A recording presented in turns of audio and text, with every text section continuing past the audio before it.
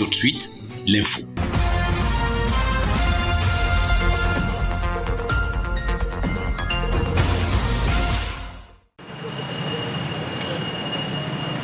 S'engager à s'arrêter de fumer, c'est sur ce thème que se célèbre ce 31 mai 2021 la Journée mondiale sans tabac, une occasion pour le ministère de la Santé, le personnel sanitaire du monde, en partenariat avec l'Organisation mondiale de la santé, d'informer et de sensibiliser les populations du monde aux effets nocifs et mortels du tabagisme. Nous recevons tous les malades avec des affections concernant les poumons.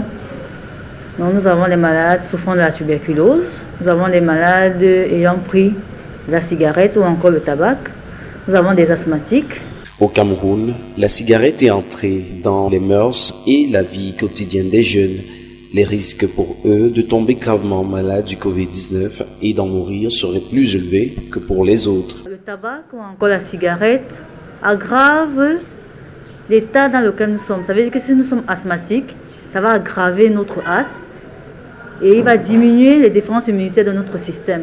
S'il diminue les défenses immunitaires de notre système, ça veut dire que lorsque le Covid-19 va venir, il va encore flamber. Ça veut dire que si nous sommes tabagiques, le Covid-19 aura trouvé un terrain positif. Le tabagisme étant la deuxième cause de décès dans le monde, avec plus de 8 millions de décès par an. Fumer serait devenu une habitude pour certains et pour d'autres une pure imitation. Des conséquences sur la santé des jeunes sont connues. Première conséquence déjà, c'est que le tabac va entraîner une détresse respiratoire. Détresse respiratoire, ça va enflammer le système immunitaire. Donc si vous êtes asthmatique, ça va aggraver votre état d'asthmatique. Ça va également entraîner une baisse du système immunitaire. Et plus tard, ça peut entraîner un cancer et après la mort, dans des phases vraiment très graves. Le tabac est une cause majeure de décès, de maladies et d'appauvrissement au Cameroun, d'où la nécessité de s'en prémunir, car la cigarette nuit gravement à la santé et tue à petit feu.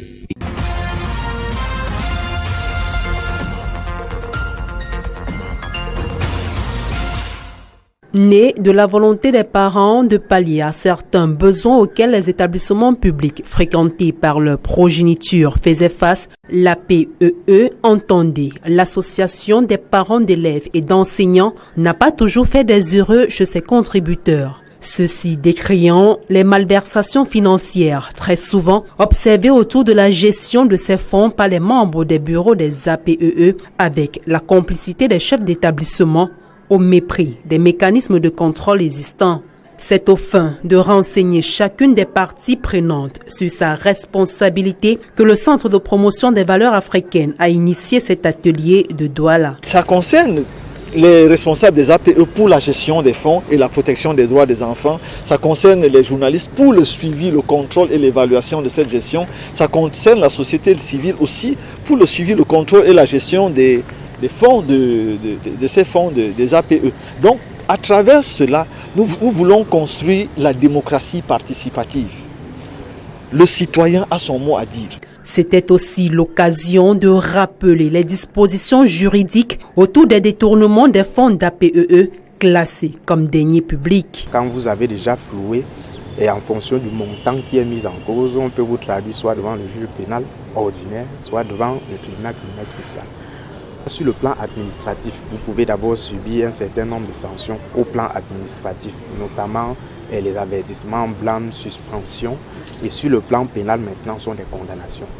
Vous pouvez être condamné et surtout être invité à rembourser avec les amendes. 2 jours de renforcement des capacités aux allures d'éveil des consciences.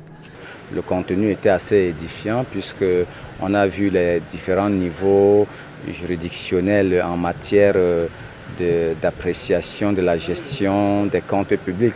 On y a également appris que les fonds même de provenance privée, une fois que c'est remis à une organisation, ça devient des fonds publics et que ces gestionnaires sont redevables. L'appel est ici lancé pour une transparence financière des APEE, de même que la promotion et la protection des droits des enfants.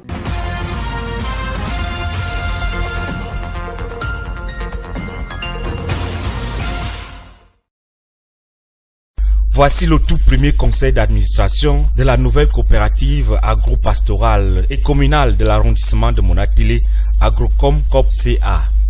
Une coopérative communale qui a été mise sur pied le 25 mai 2021 dans la salle des actes de l'hôtel de ville de Monatili à l'issue d'une assemblée générale constitutive et en présence des acteurs agro-pastoraux de la localité, les chefs traditionnels, les élites, les hommes politiques. Nous osons croire qu'à travers cette initiative, des perspectives heureuses vont se créer pour que ce qui est fait au niveau des paysans, des agriculteurs soit davantage encadré et que les futurs partenaires pourront répondre présents à cette initiative. La coopérative agro-pastorale de Monatili a été instituée le 7 mai dernier sur une délibération du conseil municipal autorisant monsieur le maire de la commune à mettre sur pied une coopérative communale dans l'arrondissement.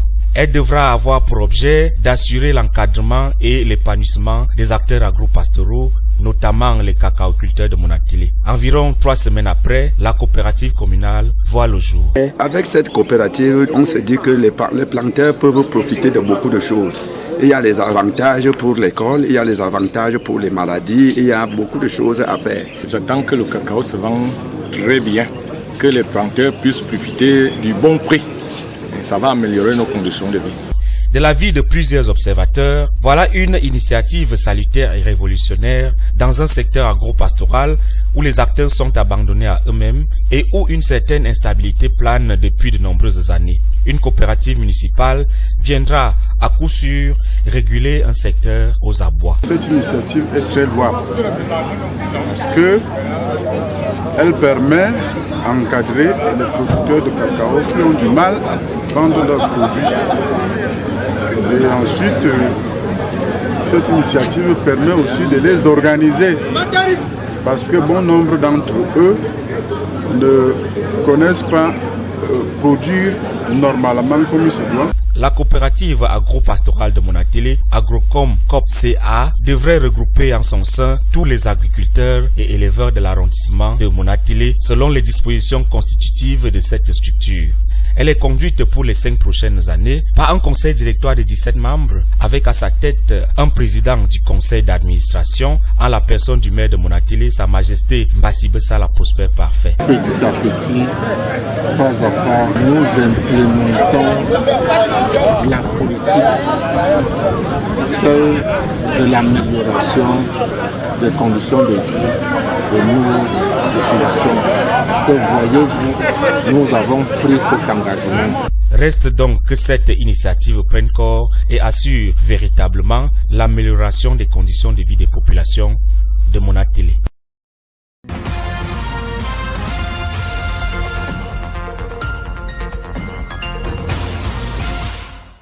Initiée par l'association Adolphe Ngosodine pour la culture, l'éthique et la paix, la première édition de la journée nationale Adolphe Ngosodine se tient à Douala du 26 au 28 mai 2021.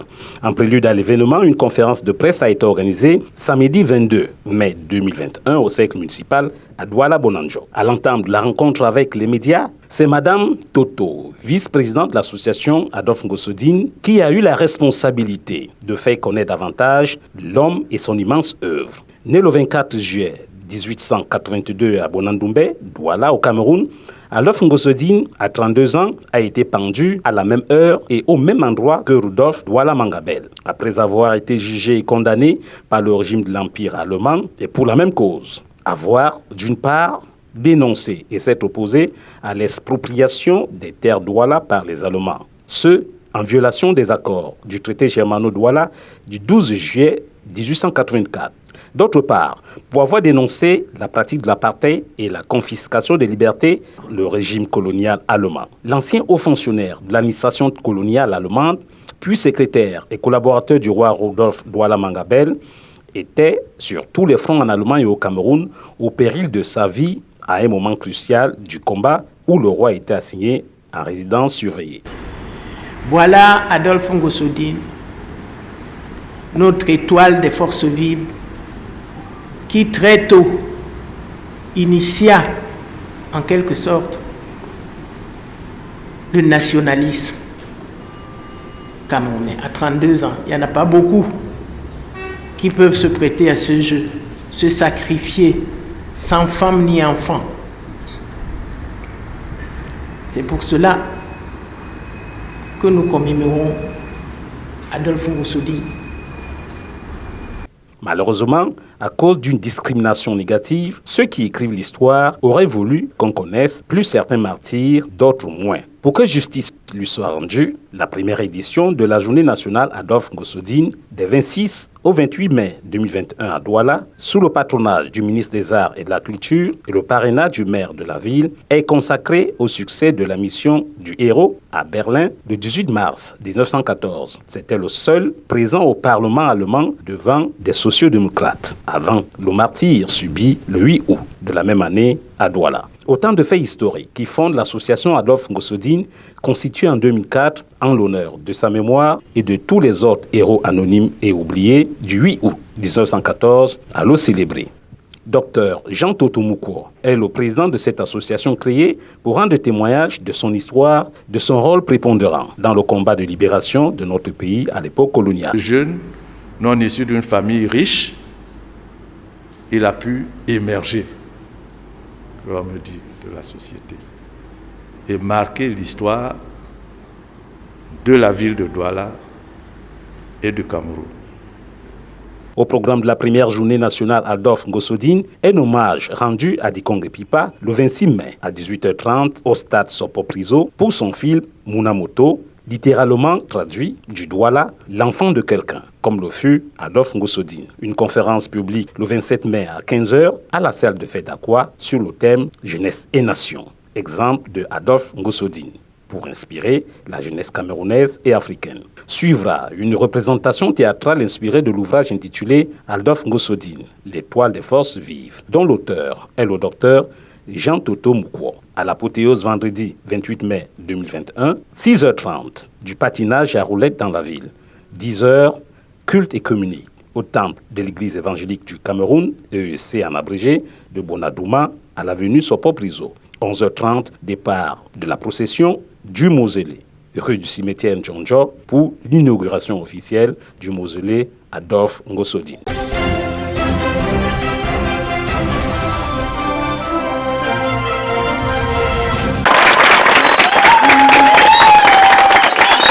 These are the 51 students from the Center of Community Regeneration and Development, CREAD Cameroon, graduating this Saturday after completing 3 to 9 months of intensive training. Among these graduates are 40 students from the Hairdressing and Beauty Department and 11 from the ICT Department. During the ceremony at CREAD Cameroon campus found in Bitingi Buya, Dr. Hilary Ewangide, director of the institution, who chaired the ceremony, enjoined the graduates to be ambassador of the institution as they go out to the job market. At some point in your life, your efforts matter. The Bible says that faith without works is nothing. So it doesn't mean because you have graduated from this center and you have your certificates today that you should just grow in whatever character you think you can grow and expect success. Like they say, money does not make noise. Don't be proud. Remain humble and be Christ-focused. While handing working equipment to some overall 7 best students, the director of CREAD Cameroon further unveiled that follow-up and mentorship will be done to ensure that these students put the items into proper use. They have gained a lot of skills. Now we are setting up our monitoring and evaluation unit to make sure they follow them up into what they'll be doing after this. Lots of them have received gifts from the center, which to us like a seed capital. But we are going to follow this up to make sure the end point of a project is to make sure they get economically and socially empowered. So after this, it's just the first section of the training. The second section will be going to make sure they set up their different small micro enterprises, and then our office will be following them up, providing the mentorship and coaching after this. To one of the graduates, after leaving this place today, I'm leaving this place today. Can I go out and look for a job for myself? And I can, maybe if there is no job, I can create one by main opening documentation. So I don't know what the future holds for me out there, but I believe it's for the best. It should be noted that since its creation in 2013, CREAD Cameroon, which is a free vocational training center found in Buya Southwest region of Cameroon, has been able to train over 3,000 students to become job creators.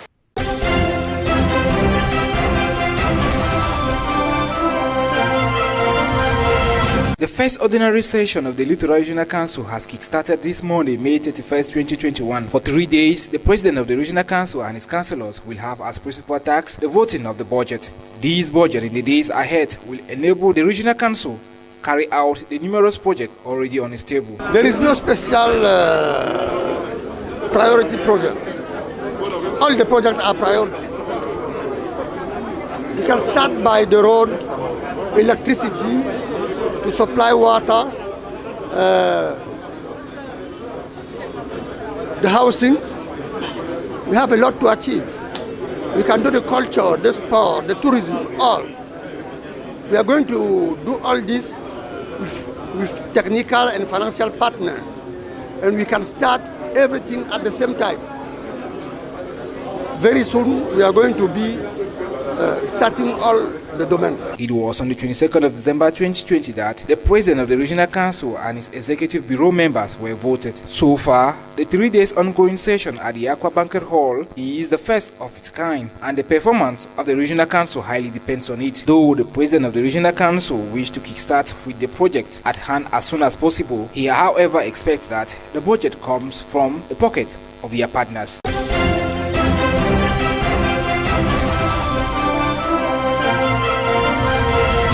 Gathered at the conference hall of Lycée Moliko Buea, these are secondary education pedagogues drawn from the Southwest region. The purpose of this conclave was to examine and suggest better ways of ensuring a smooth conduct of the end-of-year GCO level and A-level examinations across the various centers, as the Southwest Regional Delegate for Secondary Education, Hannah Etondebua, recapitulates. Training sessions have been held and they'll still hold in the days ahead to get all stakeholders ready for the exams.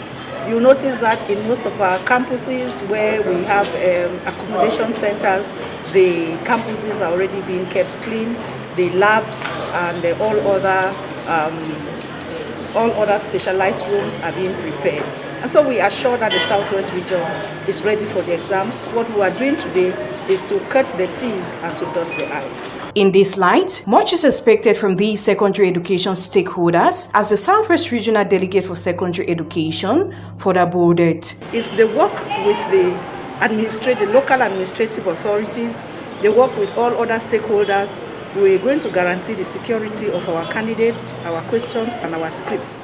And so we expect that collaboration, we expect vigilance, we expect alertness, and that they all should remain focused, because whether we like it or not, every examination session has its own challenges. There are not two exam sessions that are the same, and so we call on them to be very focused, to be very alert, and to communicate in the case where they need to communicate and to the right persons. During the second secondary education sector meeting, presided at by the Southwest Governor, Bernard Okala-Bilai, he commended these head of schools for their resilience and efficiency in boosting the education sector of the region, despite the threats brought about by the insecurity still rocking some parts of the Southwest region, and which has forced many schools to close, coupled with the recent outbreak of the global health crisis. Meanwhile, anti-COVID-19 kits were handed to some principals of schools and cash prizes from the Ministry of Secondary Education and Chochi Ewumwe Monono as recognition for their hard work in taking the secondary education sector higher.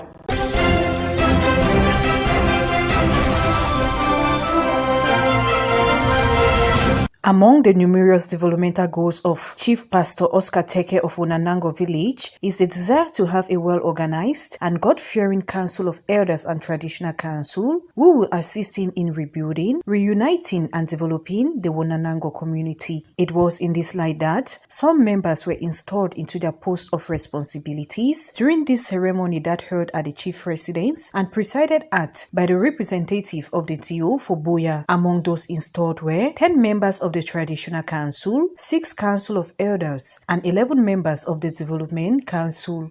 Yeah, first I want to say I thank God so much for what has happened this day.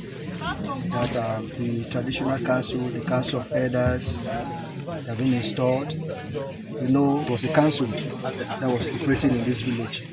But after the installation of the chief, we thought it wise that we should reshuffle the council, bring in new blood, see how the village will grow from strength to strength. They go into the field for us to see how, by the end of this year, 2021, we should be able to say we have about 50 to 100 houses here in Wenango. That's my dream. They should go back and do what they need to do. Chief Pastor Oscar Teke further revealed that pieces of land will be allocated to youths who trace their origin to the village, who have plans to join hands with the newly installed to develop the Wenango community. I would not love to see my subject out there, maybe chased because of house rent, which we have land that they can just come and put in maybe a little structure and then they stay in their village. So I want to call on them to come. Those things that are out there is here in the village. We have the milk and honey here in our village. The event also saw the inauguration of a well-equipped secretariat. It is worth noting that, amidst the numerous challenges plaguing the village, it has been able to realize some projects such as electricity supply, mapping out of streets as well as boundaries of the village, and a football stadium. Meanwhile, other projects on the pipeline will include the drilling of 2 boreholes, the supply of pipe-borne water, markets, schools, to cite but these few.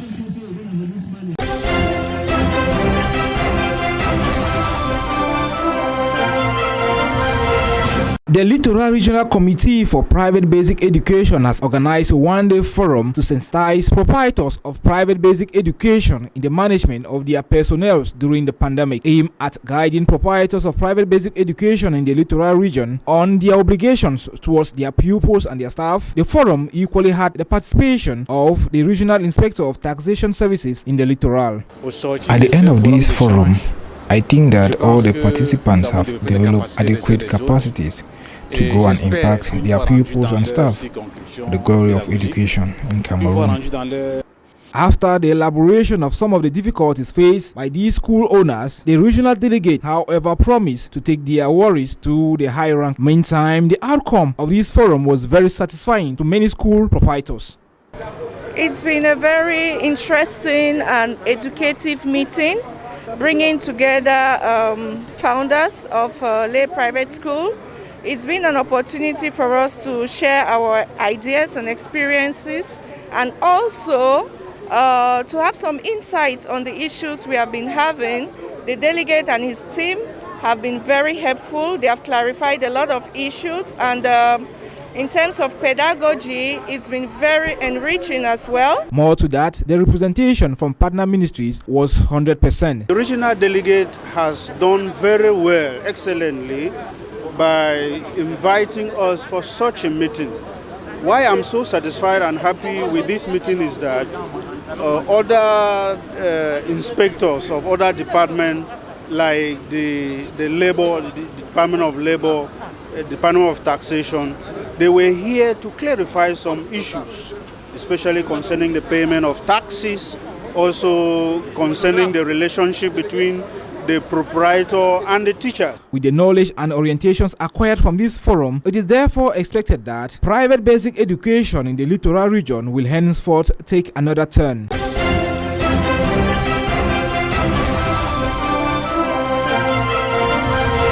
The population of the Southwest region has been reminded on the importance of sustainable biodiversity exploitation to improve a standard of living. This was during this year's celebration of the World Biodiversity Day in Buea. This year, one of the activities carried out by the Southwest Regional Delegation of Forestry and Wildlife in collaboration with the Regional Delegation of Environment, Nature Protection and Development was an outdoor sensitization campaign starting from Bongo Square and right down to Moliko Buea. This team of volunteers and workers move around to educate the locals on the importance of conserving biodiversity while distributing informative flyers. For the Ministry of Forestry and the Environment concerning the biodiversity, that till now we continue having elephants, lions, all those mammals, even the food that you have every day.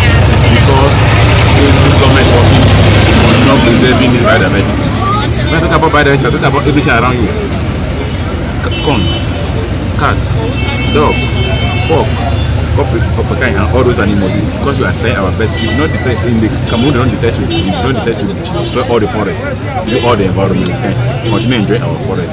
So It's because we are trying. Some other country cannot see such an environment.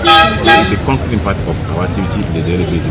Even the vaccine that we are going to find in the ahead to cure not only COVID and other diseases is because we conserve our biodiversity. Even the fiberglass, even all the tea around, even all the medicinal part of Papandewa and Papa food is our biodiversity. So it's because we are conserving it that we can take care of it and cure our people. Apart from this activity, the Southwest Regional Delegate for Forestry and Wildlife, Ikome Delphine, further disclosed that other measures have been carried out by the government to the delegation to ensure the preservation of natural resources. We are raising awareness on the importance of conserving our biodiversity.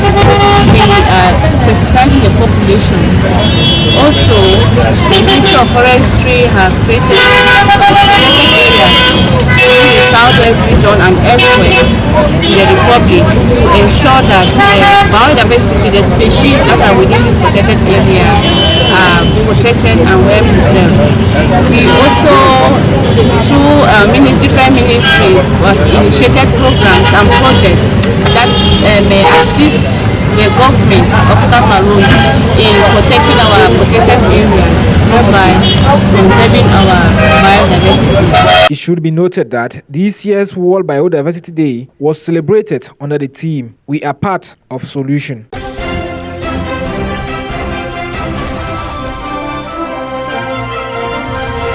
The Minister of Agriculture and Rural Development, Gabriel Bairobi, has, on a recent visit to the Noon, delivered important agricultural inputs and materials to cooperatives and also visited the achievements of the Mount Mbapit Rural Development Project. The minister's first stop, which has been Fumbot, fertilizers, pesticides, motorcycles, among others, were handed out to farmers in the locality to boost output. According to Minister Bairobi, donations amount 3 billion CFA francs. The donation falls within the framework of support to partner cooperatives of the Mount Mbapit Rural Development Project, financed by the state and the Islamic Development Bank. Grateful with the donations, beneficiaries promised using farm tools judiciously and for the purpose destined. The visit has been also an opportunity for the Minader boss to visit and evaluate other ongoing projects such as the building of schools, health centers, amongst others. The visit ended on Wednesday the 19th with the steering committee members of the Mbapit Rural Development Project coming up with an appraisal on the level at which work on the different sites have gone.